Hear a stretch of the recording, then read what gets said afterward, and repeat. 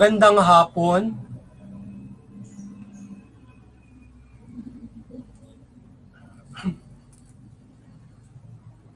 Magandang hapon sa inyong lahat.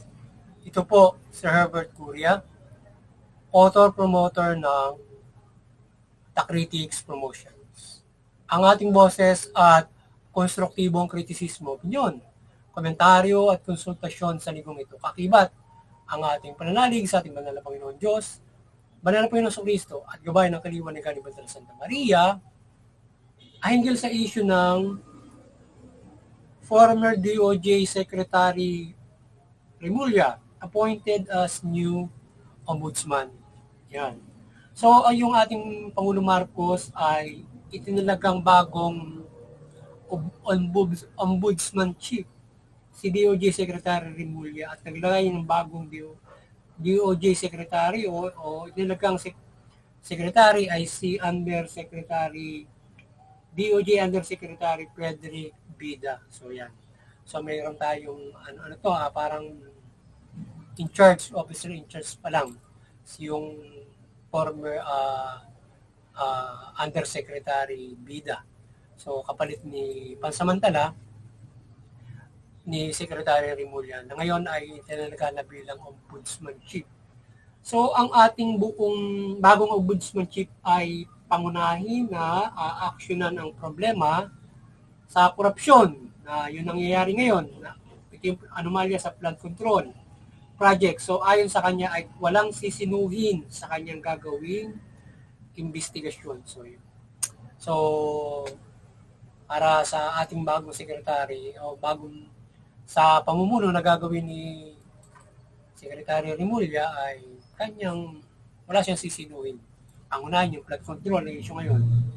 So, inaasahan ng marami ang pagpapaira ni Secretary Remulla ng accountability and transparency at fair justice sa pagpapaira ng ombudsman ng mandato nito. So, marami yung umaasa sa kanya at particular tayo ay umaasa at hinihikayat natin na sana ay talagang pag-ibayuhin niya yung kanyang accountability and transparency. Pagpapaira ng fair justice yan. At mabuting pamamahala para kanyang mabigyan ng hustisya yung anumang uri ng pang-abuso at himalayan mula sa ating government sektor. Yan. At mga kakibat nito na mga nasa private sektor na maaaring makasuhan sa ombudsman o mapakasuhan ng ombudsman to Sandigan Bayan. So yan, kagaya ngayon sa flood control, so pwede nilang kasama sa kanila kung pwedeng kasuhan at mapakasuhan sa Sandigan Bayan yung mga contractor as ay private firm. So pwede silang makasuhan doon sa kanilang pag-participate in the corruption o proyekto na kinuha nila sa gobyerno. So ngayon ang Tacritics Promotions at People's Anti-Crime Promotion, yung ating anti-criminality promotion, ay mariing sumusuporta sa mabuting pamamahala, patas ng hustisya at karapatang pantao. Sa isyong ito ng pagkakatalaga kay dating DOH Secretary Remulla bilang chief ng ombudsman ay ating sinusuportahan yung ating Pangulong Marcos sa kanyang desisyon ay talaga si dating DOJ Secretary Remulla sa ombudsman para mapairal ang hustisya laban sa mga tiwali sa pamahalaan. Sa ngayon naman tayo sa nais ni Secretary Remulla na mapamunuan. Siya naman ay naging maganda yung kanyang ginawa sa DOJ. So, pag-ibayuhin niya doon sa ombudsman yan. So, yun. Medyo pero nakakahinayang dapat na natili na lang siya doon sa DOJ para pangalagaan yung seguridad at hustisya mula dyan sa ating bansa, pangkalahatan, and into any in the government lawbreaker. Yun. So, yung ating bansa ay may kinaharap na problema mula sa mga abuso at korap sa pamahalaan at ngayon ay na-discovery pang ilang multi-billion o trilyon na dinustay na pondo ng bayan o o kinurakot sa infrastructure project, particular itong flood control ng mga katiwalian. So yun. So dito sa kinaharap na ito, so sana ay malutas, maresolba, mabigyan ng katarungan ng ating ombudsman sa kanyang pag-iimbestiga sa mandato nito yung laban doon sa mga tiwali ng mga nasa pamalan na inireklamo sa kanila o madi-discovery ba nila. So, kailangan natin ng pagbabago ng ating pamalan, partikular, masupil at matigil ang korupsyon at iba't ibang katiwalian at kaabusaduhan at inequality sa ating pamalan. So, ang pagbabago ng mga rules at batas at sa buong sistema at pamalaan ay sa bawat ehensya mula paggamit ng pondo yan. So, kailangan natin ang pagbabago ng pamamalakad ng ating pamalaan sa nangyayari ito ng korupsyon at iba't ibang mga inequalities sa ating pamalaan. So, kaya hindi lamang dyan sa korupsyon, all abuses and unlegal acts of our government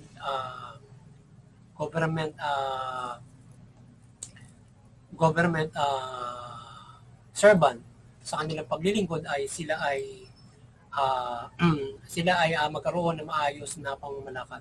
So kaya yung bawat mga ehensya, bawat mga panuntunan, batas kung kailangan mag-amend, mag-revise yung rules, baguhin. Kagaya diyan sa korupsyon. So pangunahing babaguhin diyan yung NEP, yung National Expenditure Program, kung paano yung proseso na makapag yung proposal, yan, kung paano pupuntahan ang mga pangangailangan ng bayan, at yung procurement, kung paano ito magbibid, yan, dapat mababago yan. Kasi umiiral ng lubos yung korupsyon. Lalong-lalo hindi matitrace basta-basta yan in paper. Kasi makikita yan doon sa kaya sa flood control, makikita yan doon sa proyekto. Kasi in paper hindi na check ng OWA yung bidding, yung ginagastos nung kung paano gumastos at magpagawa ng control itong ating mga kontraktor. So ngayon, kaya anong nangyayari, magbibil ng magano sila, lalakihan nila yung proyekto, ibibigay doon sa mga kontraktor, ibabalik doon sa mga opisyalis ng DOH, plus doon sa mga congressman o sino mang senador o sino mang kaakibat nila na. Kaya walang trace basta-basta kung hindi mo makikita sa mga doon sa mga kontraktor. Or doon mo sila susugsugin, pangunahin. At makikita mo yung liburan nila, yan, at kung sino-sino yung mga kaakibat. So yun, kaya mahirap yung mga bagay na yan. Kaya ma-discover mo yan kapag nakita mo yung proyekto. May problema. Yung Ghost Project ay makikita naman ay doon sa DPWH na record kung yung lahat ng mga flood control na kanilang in-release ay mayroon niya. Kaya na-trace nila.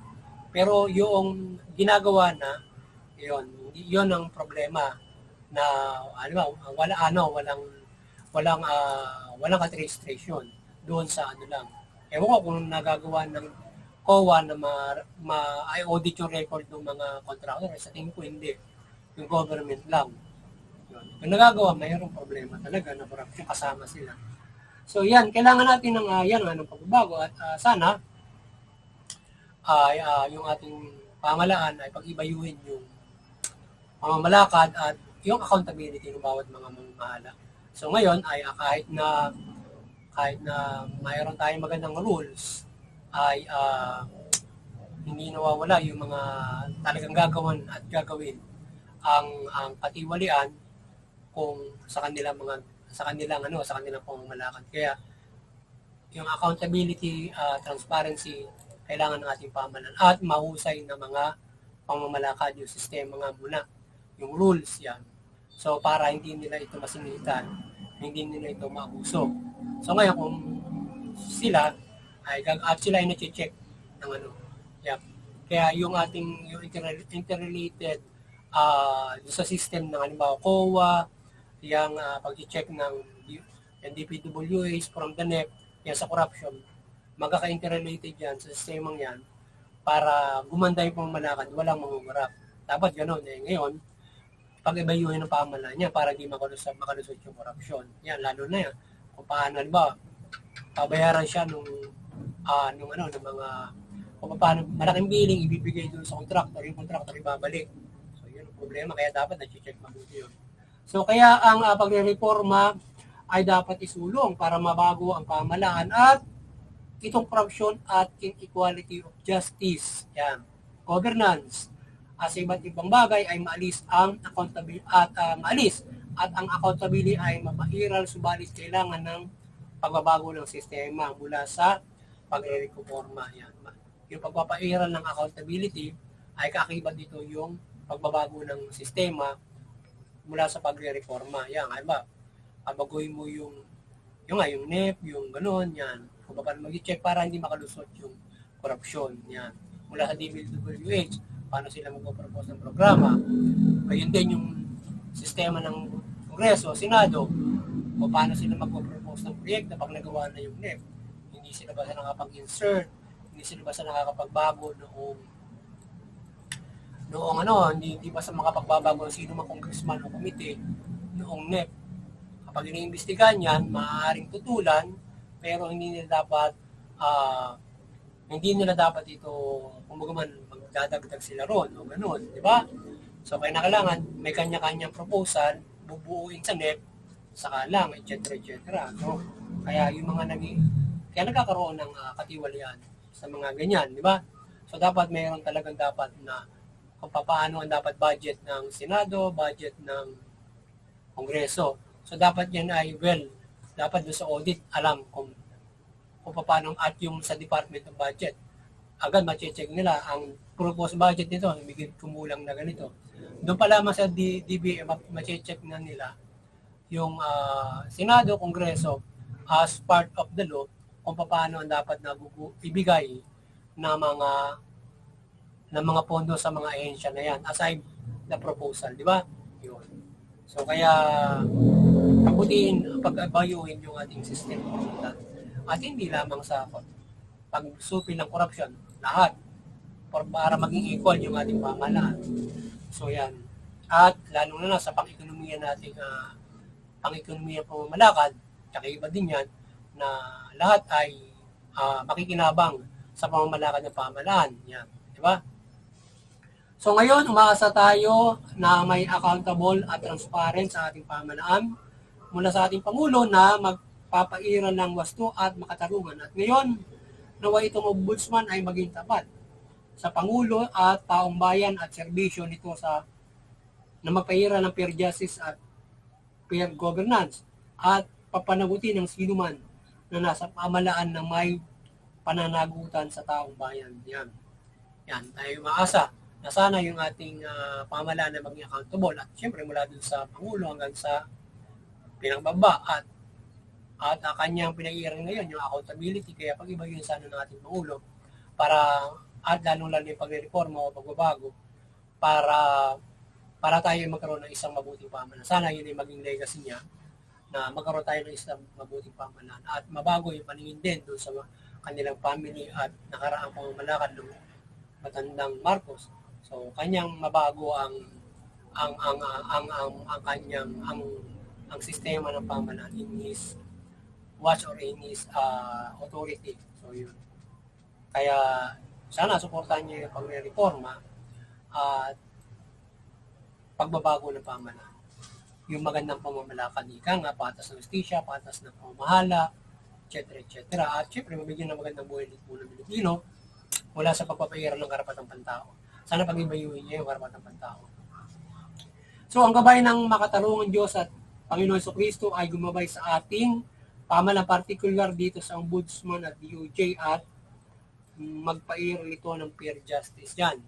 yan DOJ, Ombudsman, Sandigan Bayan, all courts, sana ito ay makapagpairal ng fair justice sa kanilang authority at hindi lang sa kanila, from the maging yung ating enforcement in PNP.